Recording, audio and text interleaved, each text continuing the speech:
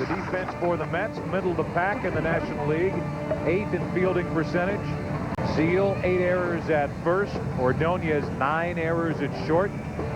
The outfield, not a very good outfield for the Mets, either defensively or at the plate. They're happy to have Peyton back patrolling center, and Kevin Appier signed a big contract over the offseason.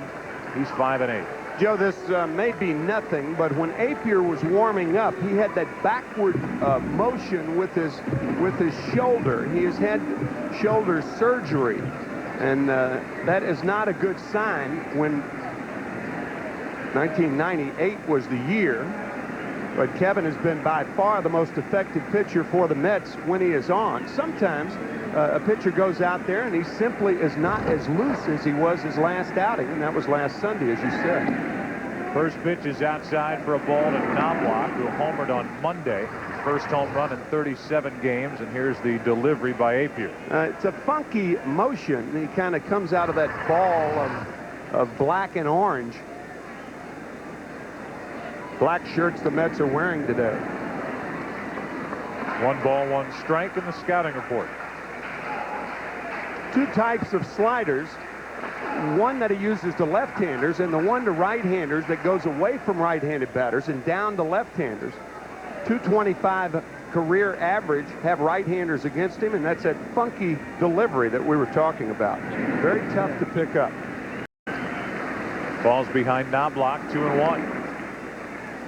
Tough situation for the Yankees with Knobloch, a publicized proposed trade to Seattle that was scuttled at the last moments. So Knobloch knows he was at least on his way out the door until the deal fell apart.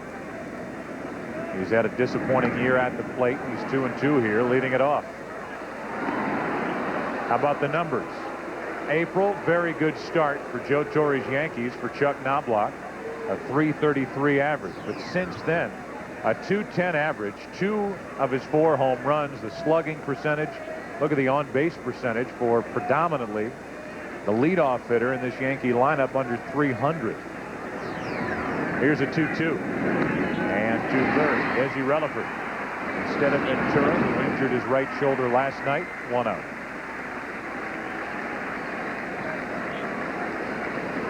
There's Robin.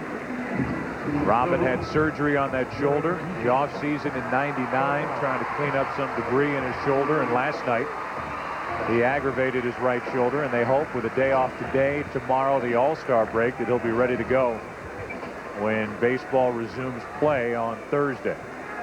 Here's Jeter.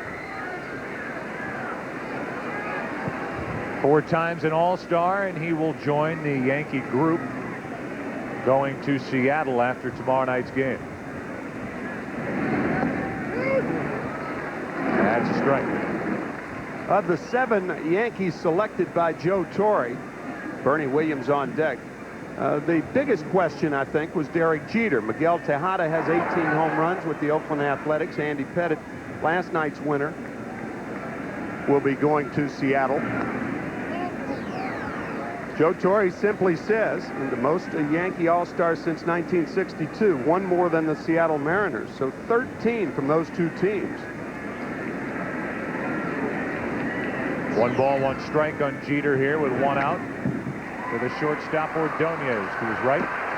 2 out. Joe Torre talking about Derek Jeter, saying Derek Jeter's average is about 50 points higher than Miguel Tejada. And Joe Torre not backing up on his selection of 7 All-Stars. You can defend any one of the All-Star selections by Joe Torre. Individually, you can say Williams deserves to go. I think you can make a strong case for Mike Stanton, as Kevin Kennedy did in the pregame show today, as compared to Jeff Nelson. I think the sheer volume, and it's not unprecedented, done by Bobby Cox in '97, by Cito Gaston in '93. It's not crazy to think that the Yankees would take 7 and Joe Torre would select 7. 3 pitchers on that list as a breaking ball is in for a strike for the All-Star game on Tuesday night. 3 days until the All-Star game, it says there, Tim. Getting ready? Yes. 2 out, nobody on, 0-1 the count. I'm going to Seattle tonight, man. You kidding? Already. Yes, sir. Williams takes a strike. It's 0-2, but I think you're always going to get questions about who the manager selects. The number, it's a high number. Joe Torre obviously knew he was going to get criticism for the number of Yankees that he is bringing. He's defended his decisions.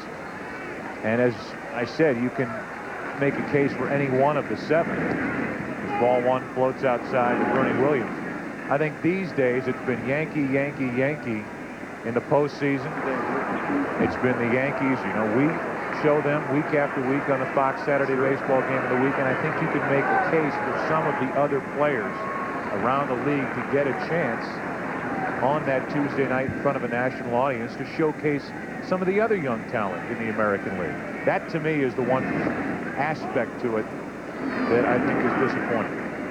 But Joe Torre, you can understand it. How's that for right down the middle and saying nothing for 5 minutes? Well, keep in mind they won the World Championship the last 4 out of 5 years. So if any edge is going to go to any team, in my view, and that's why I agree with Torre, and if I were the manager in his boots, I would have done the same thing. You would have? Absolutely. I would have.